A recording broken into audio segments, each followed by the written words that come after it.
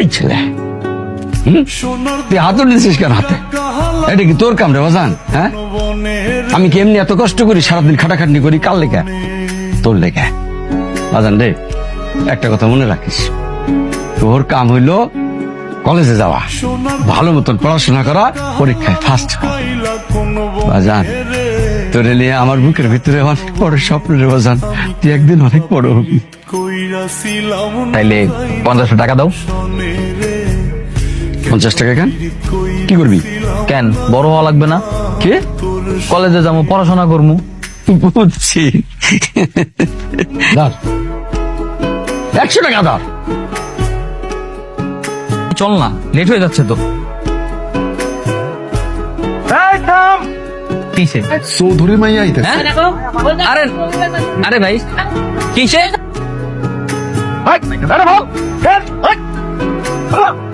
আরে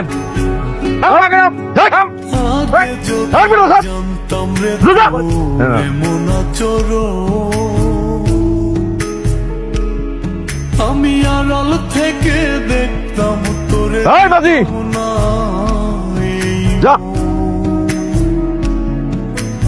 আগে যদি ভাইঙ্গা তছনছ কইরা ফেল। এই সাইকেলটা আমি আর রাস্তা দেখতে চাই না। কত বড় সাহস, আমাকে দেখার পরেও নৌকা থেকে নামতে চায় না। আরে ভাই, আরে ভাই কি করতেছেন ভাই? আরে আমার সাইকেল ভাঙতেছেন কেন ভাই? আরে ভাই, আমার বাবা অনেক কষ্ট করে সাইকেলটা কিনে দিয়েছে ভাই, এরকম করে না ভাই। আবার আমি কোনো দোষ করলে আমার সাইকেল কেন ভাঙতেছেন ভাই?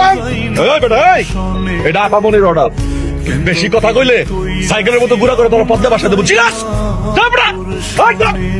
আয়, সাইকেলটা নদীতে ফেলা।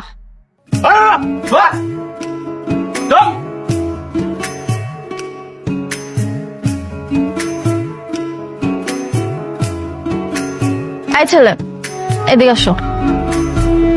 এইটা তোমার।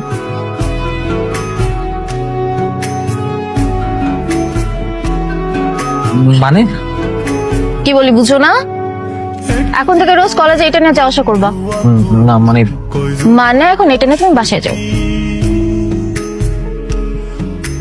আয় আপন, তুই বাসায় জাগা। অগর সাথে আমার অ্যাসাইনমেন্ট নিয়ে একটু আলোচনা আছে।